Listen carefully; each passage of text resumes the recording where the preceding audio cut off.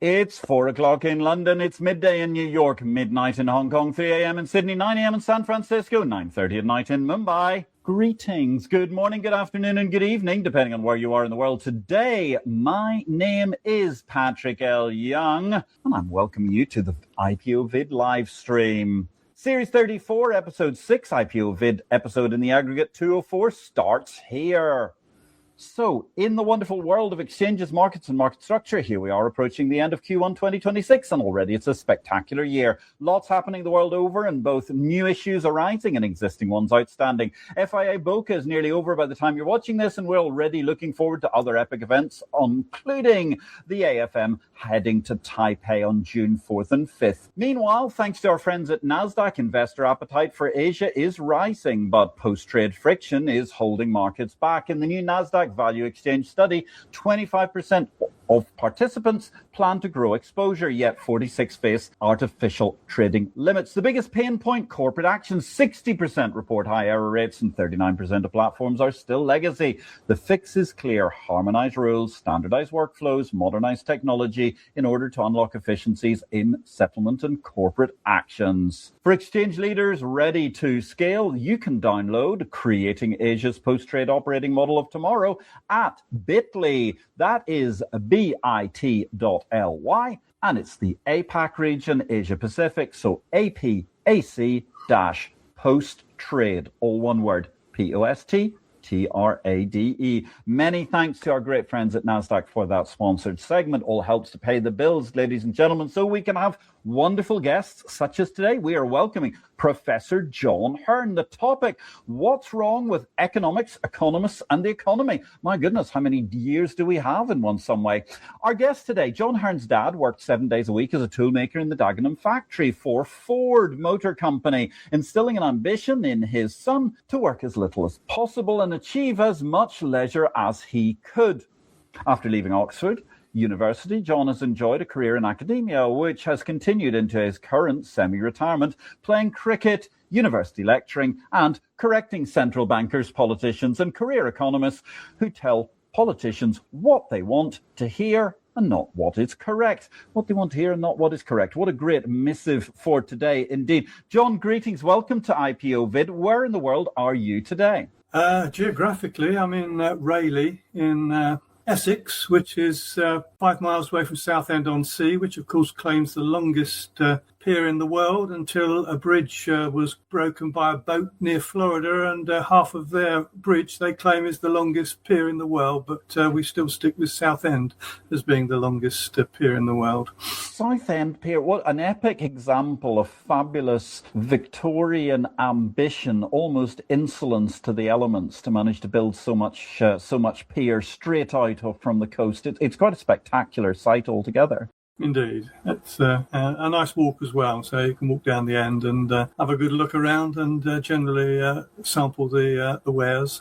Yes, it's absolutely beautiful to be out, and I've got to say I've been lucky enough to get out onto the beach here in the Caribbean this morning for a quick walk with the dogs. Does wonders for the mind in every possible way. So look, thank you very much for joining this show. Tell me a little bit about, therefore, you told us, obviously, a little bit of your origin story. Your dad worked for the Ford Motor Company in their legendary Dagenham factory.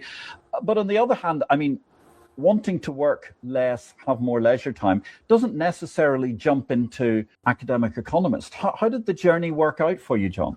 Well, yes, it does really, because when I was at university and thinking about what sort of career I wanted, then I wrote down a list of things that I would want in my life. Like I would like to be a football manager, and I would like to have long holidays, and I would like to be my own boss from the start. I didn't really want anyone else telling me what to do.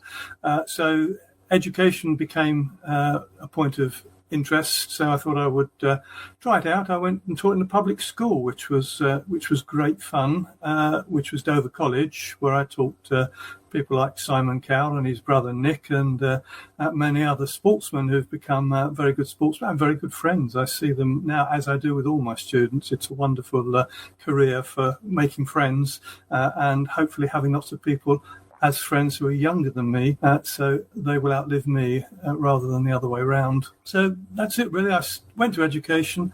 It was fabulous. So from there I went to a sixth form college.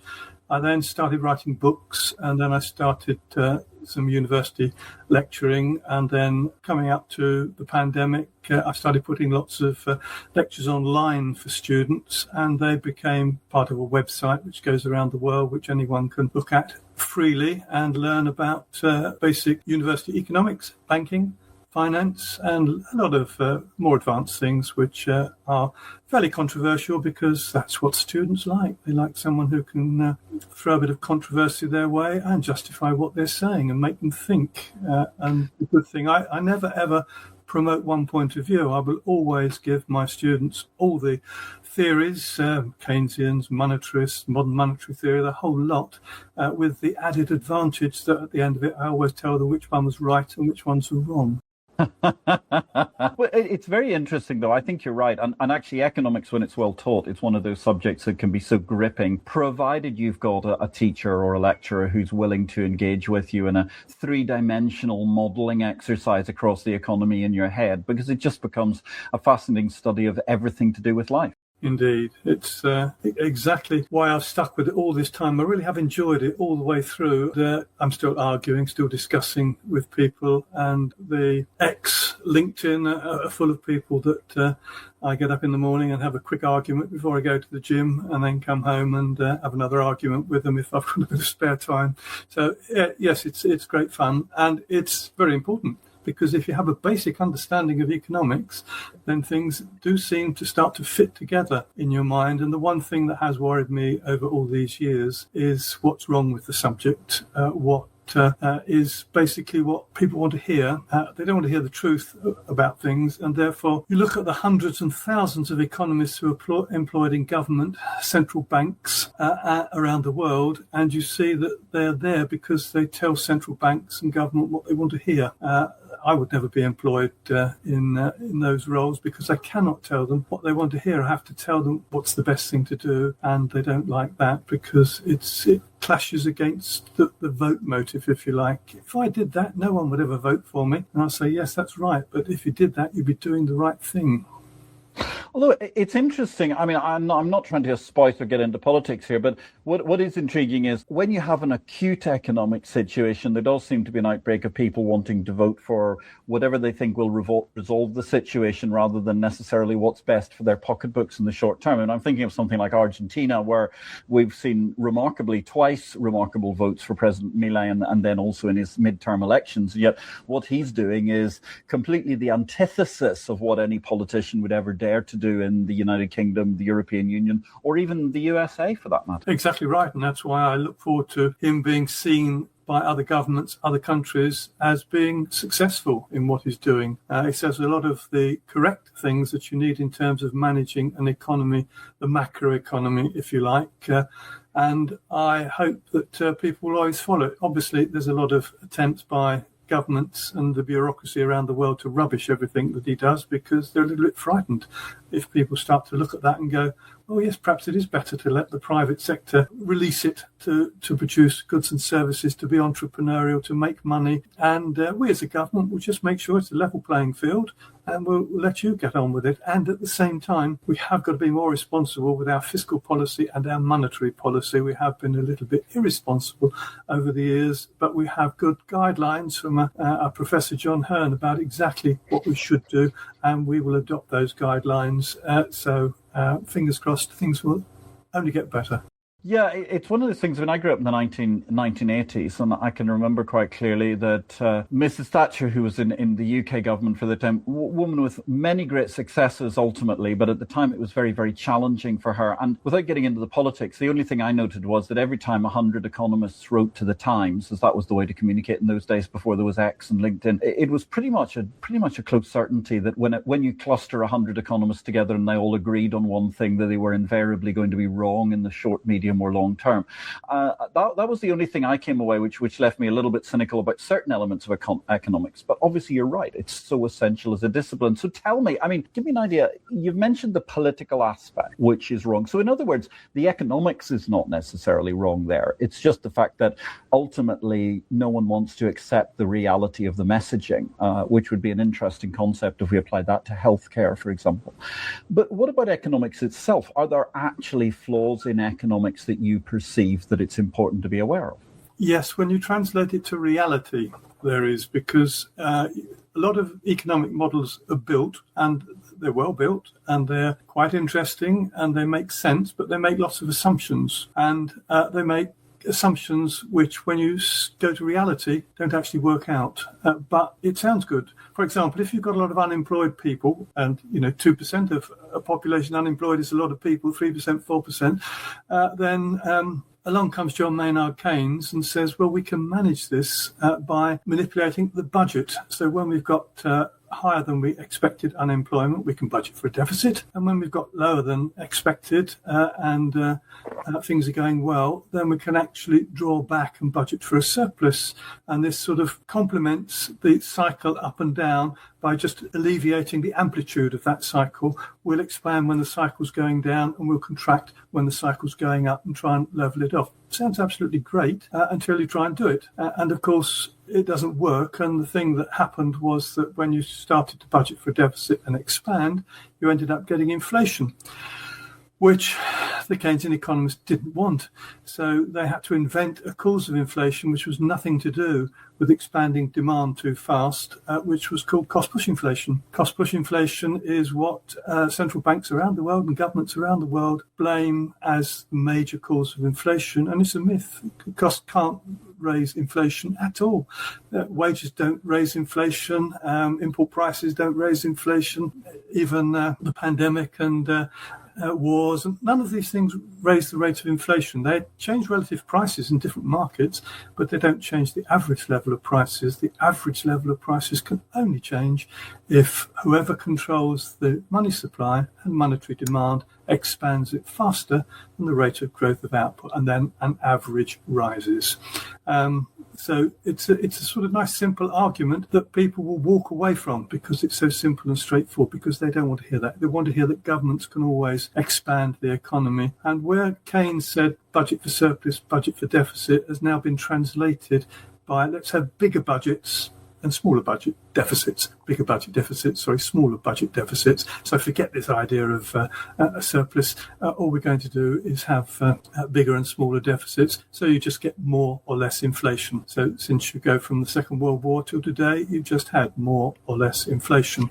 And inflation is not good for the economy, and it's not good for allocating resources because it tends to distort markets rather than open them up to the level playing field that they need to compete.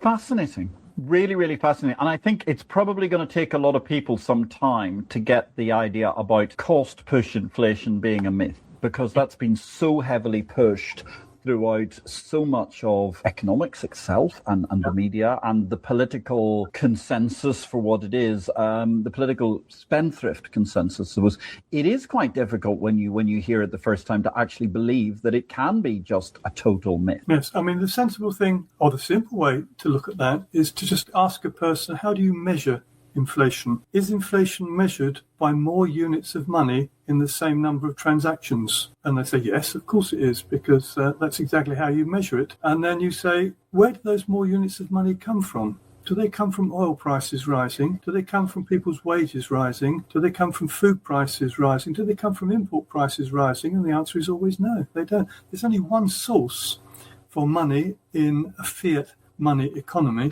and that is the central bank and private banks. Private banks actually create about 90% of the money that's in circulation in the economy, but all managed by the central bank. So you can go back to that old statement, the buck always stops with the central bank. They are the cause of all inflations, and if they try and tell you anything different, if you look at any report from the Fed or from the Bank of England, you'll never see any reference at all to the fact that they have caused this inflation.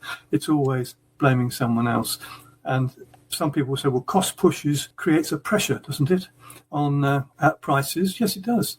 But if you have cost push and no monetary expansion, you won't get inflation. If you don't have cost push and you have monetary expansion, you do get inflation. It's as simple as that.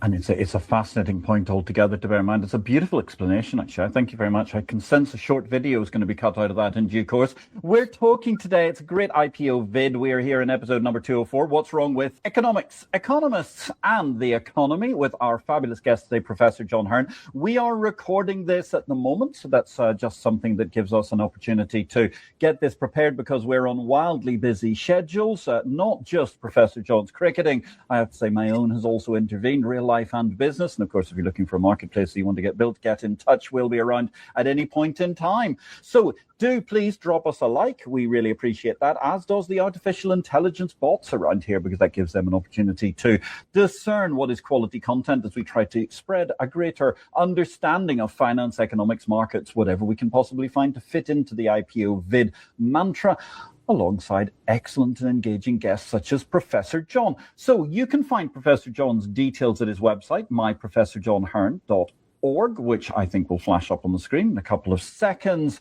And it's also an opportunity for us to return to the fray. So John, I mean, talking about schools of economics, how these things are going, talking about central banks. Therefore, let me ask you one question I'm curious about. I mean, central bank independence, which became such a mantra from, what, about 20-ish years ago, 30 years ago out, and then more or less was adopted by lots of nations in the world that hadn't supposedly adopted it already. Is central bank independence actually making any particular difference? Is it a good thing? I'm just curious. It did for a short while in the UK. I can't say around the world, but 1997, when the Bank of England became independent, it was with the governor at the time and the Monetary Policy Committee team. They were committed to doing the one thing that central banks can do, which is control inflation. There's nothing else central banks can do. But over time, of course, the political influence comes back again, and there will be people, economists, who will say, no, the Bank of England could take more responsibility for creating jobs, managing employment, and this all comes down to how can we promote a faster expansion of monetary demand. And even in the UK now, with Rachel Reeves and Keir Starmer, all the talk is about governments growing the economy. And governments growing the economy means, on fiscal policy, they spend a lot more money. Now, how do you finance that expenditure? And the financing of that expenditure, there's only three sources for financing. One is tax, the other is borrowing, and the other is printing the money that you need. And fairly complicated processes, but they're not too difficult to understand. So what we have is a situation where fiscal expansions are now imposing great pressure upon the central bank to once again get back into a little more money printing, of which there are two types. One is quantitative easing, which most people have been introduced to and have a rough idea. And quantitative easing is just the central bank buying back second-hand government debt with money that it prints. It creates new money to buy it. The other one is where there's a large fiscal deficit. That fiscal deficit has to be sold within that year, or if it can't be sold within that year, some of it is left at the Bank of England unsold, and that is again a proportion of that year's debt that will have money printed against it. Now, there's great pressure, therefore, politically, to let governments do what they want. Yes, we can spend here, we can spend there, and then central banks have those two options. They could quantitatively ease, or they could, through open market operations, which is not obvious. It's not. Quantitative easing is transparent, and they have to pronounce what they're doing, but open market operations aren't. That's a little more secretive, and just leaving debt unsold at the Bank of England creates the opportunity to print more money and hopefully expand the economy. It expands nominal national income, but not real national income. So as soon as this government started talking about spending their way to success, I explained the result of what they do will just be stagflation, which we have a great example of it today. Unemployment rising in the UK, inflation still well above target being 2%, and current inflation is at 4+%. So the rule is governments cannot grow an economy, and to think they can print money to grow an economy is wrong. So governments can't grow the economy, but at the same time, central bankers are convinced they're entirely omniscient, omnisapient, and in many ways they are fiscally omnipotent. Is there a problem now because the central bankers, and I agree with you what you said about 1997 in the UK, it was remarkably well managed because they had their focus on that one target. Is there an issue now that how we actually do rein in the central bankers, given the fact that they seem to be adjusting to only using flawed mantras? Yes, I mean, the simple thing there is to set rules for the central bank. Now, I'm quite happy for the central bank to have a target, 2%, shall we say. And if they don't achieve that target, then you sack the governor and get rid of the Monetary Policy Committee and replace them. They can achieve that target. There's no real problem in doing it, other than political pressures that are on them. So I would be quite happy for two rules for the central bank. You've got to achieve the inflation target, and you've also got to do it without manipulating interest rates. So no longer can you raise and lower bank rate. The central bank will just have to accept the market rate for all of the interests that it has in debt and creating new money. So it would be quite simple there. A nice rule about sacking the governor and getting rid of the Monetary Policy Committee if they didn't achieve target will be enough of a discipline for a central bank to say to government, sorry, we cannot do that, otherwise we'll miss our target. We have got to stay within target, and this is what we've got to do. So to me, that's a nice simple way of reining in the central bank, and a simple way of reining in the government is to say, right, government, you have rules as well which are going to be legally enforceable. You have got to run a balanced budget for as many years as is necessary to reduce your government spending to less than, shall we say, 25% of national income. And you've got 3 years over which you can balance the budget, because we don't expect you to balance the budget perfectly every year, but every 3 years the government has to balance its budget. It's not necessary to have budget deficits, and certainly not budget surpluses. I don't argue for both of those. Just balance the budget. And when you balance the budget, when governments announce what they're spending money on, they're also telling you that we're going to get that money to spend on these things this way.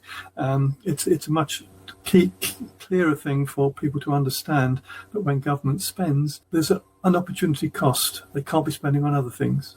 So when government... Yes. Sorry, it's an opportunity cost. I think those are the two most important words I think I ever learned in what little economics I studied, which was much less than yours, Professor John, but it's such a vital thing to bear in mind. And I'm intrigued at one of the things you were just talking about, balancing the budget. So let me ask you one other question, though. What do you do with a problem like, and let's not pick on any one nation here, Europe? Yeah. Because with the exception of Poland, where they've got a constitutional mandate that they can't exceed 60% debt to GDP, everybody else has got what even the most Keynesian of conventional economists would say looks like rather edgy debt to GDP ratios and so on. And I'm wondering, two-sided question. You mentioned the fact that you shouldn't really aim for a surplus. You should just, aim for something that effectively balances the budget. Get that. But surely... is the problem not now that we actually need some surplus years in order to try and reduce that element of debt to GDP? No, you don't need any surplus years. What you do need is actions which, when you balance the budget and you start repaying off maturing government securities, is you're not replacing them. So you automatically contract the national debt, and I would not want to do it quickly, but I would want to do it. And balanced budgets actually contract the size of the national debt. You can also change the structure of the national debt by buying back long-term debt and issuing more short-term debt. So the total doesn't change, but the balance between short-term debt and long-term debt changes, which means more short-term debt will mature, and therefore the national debt will contract. So it's quite easy to contract the national debt without having to budget for a surplus. And as I say, a balanced budget will do just that. So I'm quite happy to go down this balanced budget route. And a 3-year term, because that takes you a little bit away from the election cycle. The election cycle is always a problem, because just before an election, governments want to go mad spending money on absolutely everything that will get them a vote, and then have the hangover once they've got into power. Yes. Or indeed endeavour to try and push themselves over the line while they've got an absolutely dissolute system of an economy, as was the case when, in fact, the sort of the centre-right parties in New Zealand lost the election finally because the government was exhausted, and David Lange of the Labour Party came in, and he actually he exhibited even more swinging cuts to the New Zealand economy in many ways than I think President Milei did, and he was supposedly a left-of-centre spendthrift trade union type of chap. So it is quite interesting how that differs. So okay, we can balance the budget, and ultimately we can expect to start seeing deficit reduced. What about this? There's one word which I think the media loves and has been discussed at least 2 occasions during our lifetimes, which is austerity. And I'm always intrigued by austerity because there was austerity before I was born, and that was real austerity where you quite literally were making soup for potato peelings. And then there's this sort of millennial austerity that happened in the 1980s and more recently, which doesn't strike me to be austerity at all. It was just lower rates of marginal increase. Yes, there's never been any austerity in the UK economy since the Second World War. There's more and less profligacy in the economy. And what you confuse here is that, I suppose more recently, the government has increased the national debt and increased the proportion of government spending that is used to finance the national debt, and found that it's got to cut back on other things. So it might cut back and try and make cutbacks in education, health, and then people say, this is austerity, isn't it? It's austerity for education and health, but it's not overall austerity. The government is still spending more and more money every year, so it's profligate is the word you should use, and it's just more or less profligacy. There's no austerity whatsoever in the aggregate sense. The austerity is usually attempts by government to spend overall more money, but more money here often means we've got to get less money spent there, and the people who find less money being spent on them claim austerity. And it is austerity to them, quite, because the government has done some very silly things with regard to its spending, which is, if you like, microeconomic austerity, but not macro. They are overspending every year, and so they are just more and less profligate. So we could get rid of the austerity word straight away. And I think that's an absolutely appropriate moment to give you a brief break, as we're pretty much, through 2/3 of the way through the show already. It's wonderful here. We're recording this marvellous discussion, What's Wrong with Economics, Economists and the Economy, with Professor John Hearn, coming to us from the UK today. And of course, you're talking about profligacy, and I think nowhere has profligacy been more obvious than in certain South American nations over the course of the last 10, 20, or even longer periods of years. In Venezuela, obviously, there's a big issue as the after impact of President Maduro being taken away from one socialist paradise, Venezuela, to another, the People's Republic of Mayor Mandami's New York, where he's now in the Southern District Court number 3 system. But nonetheless, there's a big impact coming here for other nations that might not have been deemed just as profligate, but nonetheless have issues arising. Those are the Venezuelan shockwaves that are in today's Big World video. Meanwhile, in Big World, discussing the end of Maduro regime consequences beyond Cuba, it's vital to note how much influence the Caracas Bolivarians bought through CARICOM and indeed elsewhere in Central South America. There are therefore a huge number of governments, all of whom have greater or lesser dependence on cheap oil gas being pumped from Venezuela, and that may have massive recessionary consequences, if not fundamental government financing issues for those states. For more in Big World, like or follow. And indeed, as we're recording this, I mean, one of the problems you see is in, for example, Cuba, where oil prices now reach $10 a gallon, which is catastrophic pretty much for any economy in the world, but particularly when you're dealing with much lower salaries in the Socialist People's Republic of Cuba. That's also a bigger issue still. Traffic has more or less become non-existent. It'll be very interesting to see what comes of the Cuban regime through the course of the year. Subscribe to Exchange Invest newsletter for the latest news updates in Big World. And of course, also do remember to subscribe to this channel wherever you're watching us on Facebook, LinkedIn or YouTube, so that you can manage to keep up with all of our short videos as they come along. Thank you very much. If you can offer us a like to as many as possible so the AI can know what we are up to and what's happening.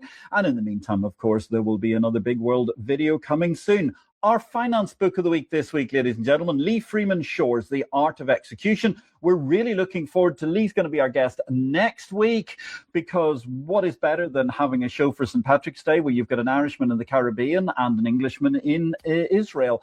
Obviously entirely multi-ethnic, and we're going to have a discussion where he's going to be talking about episode 205, Stock Market Maestros. The Art of Execution, his recent book, was how the world's best investors get it wrong and still make millions. Really compelling read, that altogether, demonstrating conclusively why the most important thing about investing is always the art of execution. Our next book of the week will be unveiled in the weekend edition. That's absolutely free. Sign up for that at exchangeinvest.com. And of course, while you're there, don't forget to have a free trial, 7 days, of the Exchange of Information, the Business Force Business newsletter, the water cooler of the world's many different marketplaces. Exchange Invest.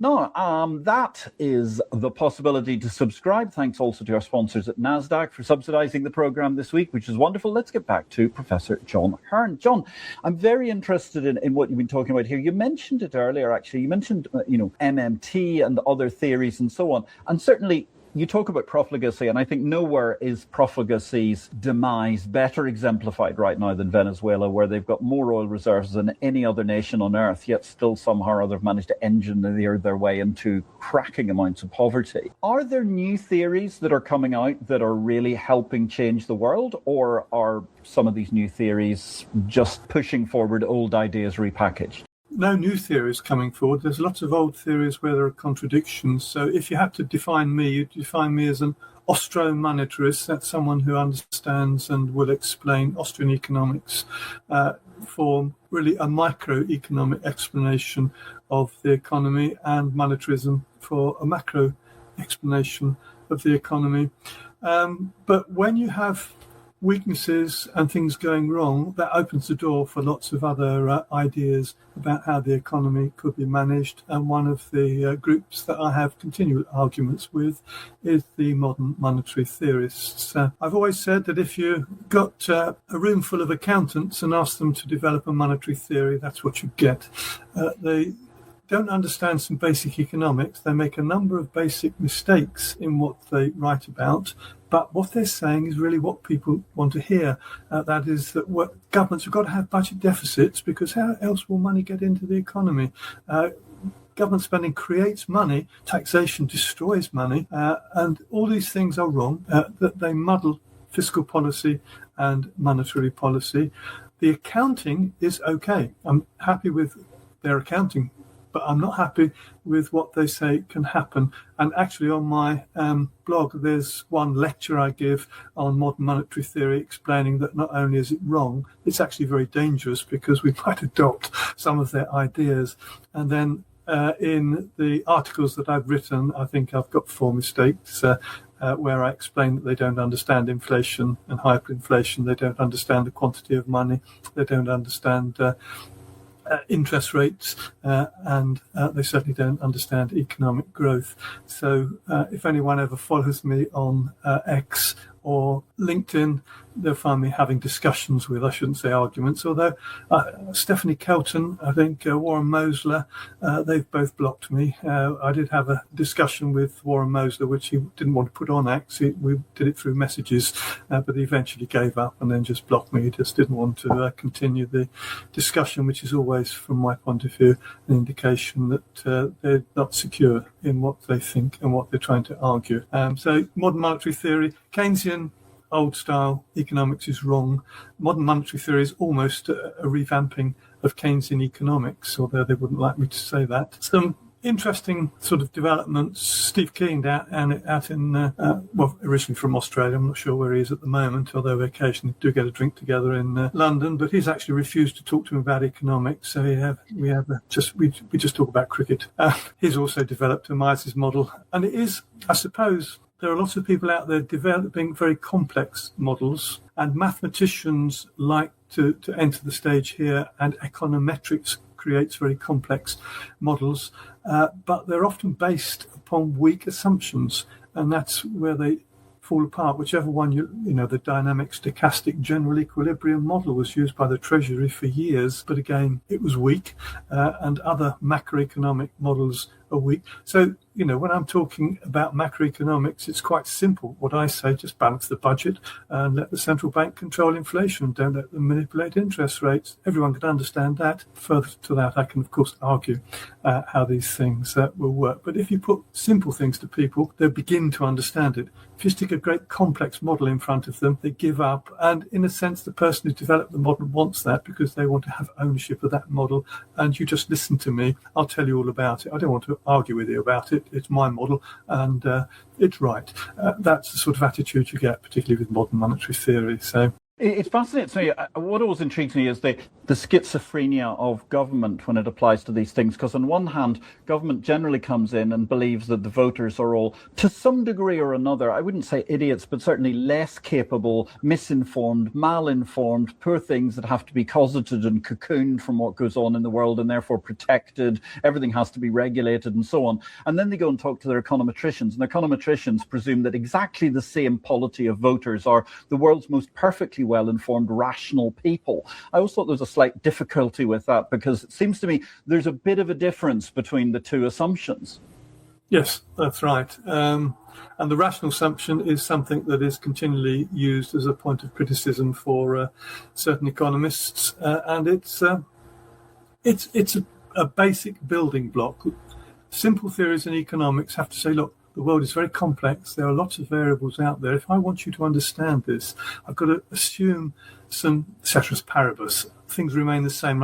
Let's look at 2 or 3 variables and say, if I change that one, how would it affect this? And when you do that, you get some understanding into a person's mind, and then you can say, okay, let's add other variables now. Let's add some behavioural variables to things, and you can develop an understanding of how things are going on. But what the people who like their own theories that no one else can understand will go, that's theory, it's not reality, it doesn't work, and let's forget it. That's absolutely wrong. It's theory that doesn't work in reality, but it's the building block understanding reality. If you get the simple theories and build theories of the firm, theories of marketplaces, supply and demand, elasticities, all of these things help build understanding, make you a stronger person when you come to argue with the other people who say, no, that's all rubbish, let's forget that. Look at my model. My model says we can do this, we can do that, we can do the other.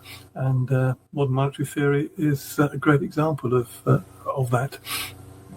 So it's intriguing. So we've been through, to some degree, I mean, obviously we don't have lots of time today, so therefore we have to be quite rapid in our discussion, which is so engaging, talking about what's wrong with economics, economists, and the economy.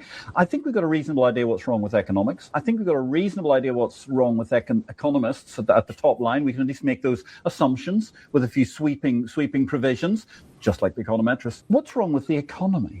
It's badly managed. The whole thing is capitalism works. Capitalism is the thing that made us all rich as we are today, because it disciplines, if you like, the greed, the idea of I want to make lots of money, because it creates a competitive environment where people can only succeed if they satisfy the customer. If the customer chooses to buy their product, if the customer chooses to come back, and if they become very rich, I'm very pleased, because they will have grown the economy in what they've done. And I used to say to my students, if you see a Rolls Royce pull up outside your house and it's an entrepreneur driving it, pop out and thank that entrepreneur for making the world a better place.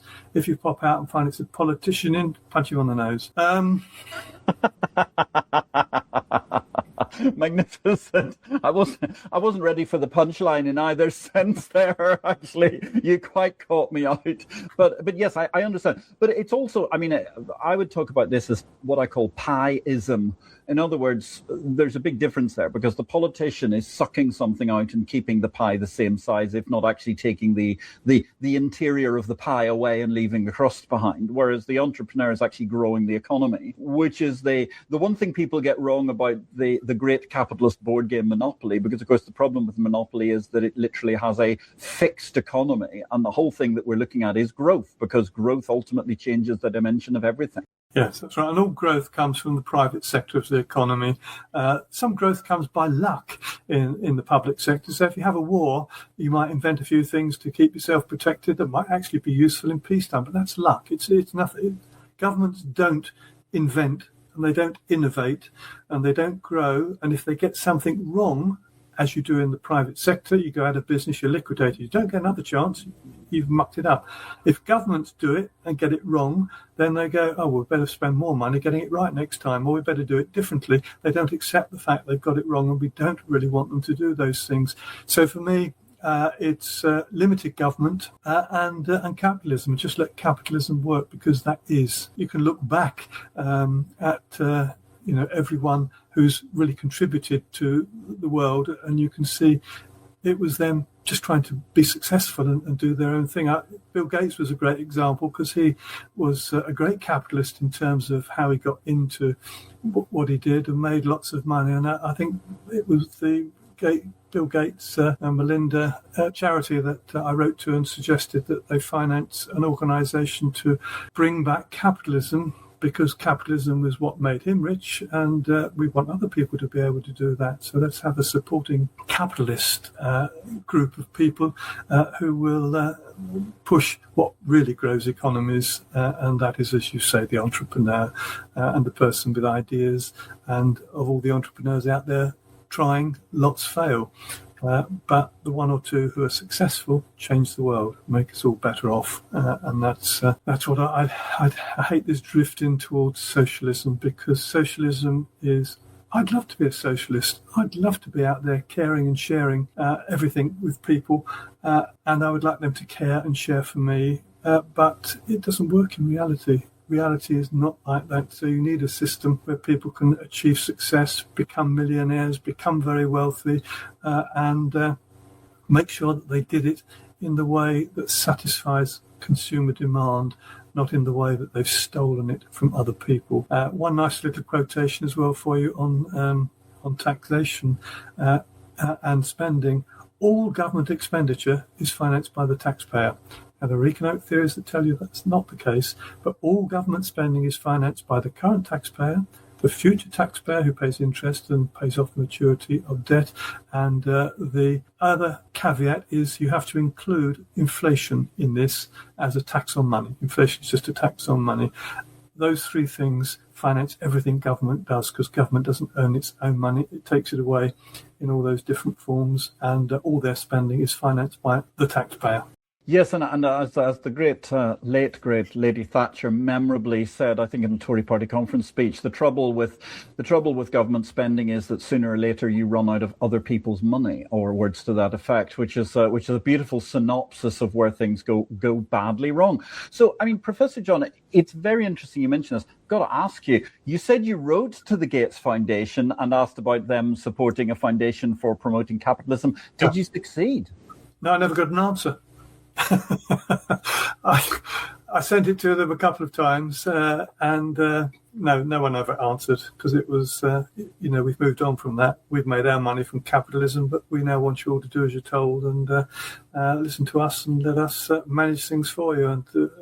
And the World Trade Organization, World Economic Forum, all of these groups grew out of it to manage a happier, more socialist world, unfortunately. Such a tragedy, given the great strides they've made with things like, for example, malaria and other diseases being pretty much eradicated, and therefore leaving lots more healthy people. So we've all these healthy, warm bodies who are simply left behind to be consumers, when some of them could become entrepreneurs. What a pity it is that the Gates Foundation didn't pick up on that, despite their good works in other areas. Gosh, that is an interesting lesson for today. So just looking at where we are at the moment with the economy, and I know you specialise particularly in the UK, so talk about whichever, the UK, the world, or however you want to look.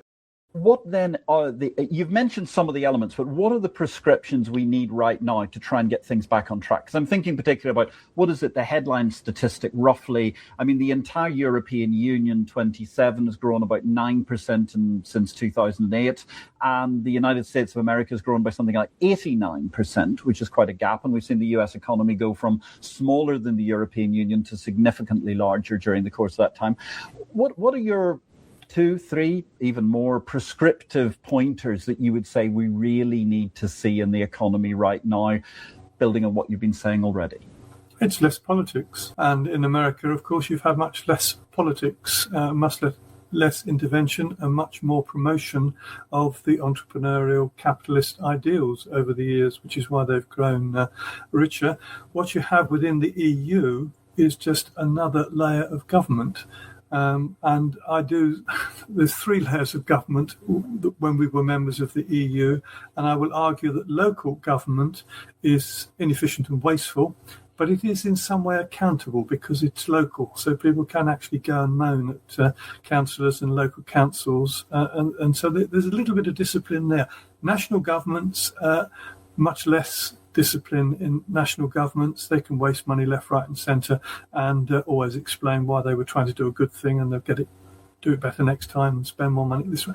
And then if you put another layer on top of that, which was the European Union, then you've got real waste because there's no way of accounting for what they do, and they waste money left, right and centre, and that is why they have grown very, very slowly. So you could argue the US has got 2 layers of government, local governments within the states and national government, whereas the EU has got 3 layers of government, and if you put another layer of government on, it's just more wasteful. And that's why they've grown much slower. And there are 2 articles in my on my blog. One was in 2016 when the referendum was coming up, and I wrote Brexit, should we? And I explained why I would vote to leave. These are the reasons that I would leave. And then, strangely, I didn't expect the referendum would go as it did, but it did. So we were there to leave, and I wrote an article called Brexit and Beyond, where I explained that the real problem now is persuading politicians and the bureaucracy that we really have got to leave and get out, because they were the people who want to stay. It's a gravy train for them, so they want to stay, but we as a country don't want to be in there. And all the problems you have now where people say, look, it didn't work, did it? We're worse off. We're not worse off than the countries within the EU, but we have had politicians and bureaucrats trying to hold up the changeover and promote more capitalism, competition and free trade, and argue still for restrictions, and we've got to have another committee to do this and another committee to do that. And businesses in the European Union countries, businesses in the UK just want to trade. They don't need all of these regulations and silly controls. When I travelled recently, I went into France, and they've introduced lots of things to try and restrict travel into France, because now you're no longer a part of the EU, we've got to make it more difficult for you. And we came in as a group of people from England, got to the back of a queue, and one of the French people came over. He said, "Are you from England?" We said, "Yeah, come over here and go straight through." It's that sort of situation that we're just building up too many political restrictions, laws and rules and regulations. We don't need that. So you've got much less of them in the US, more capitalism. You've grown faster.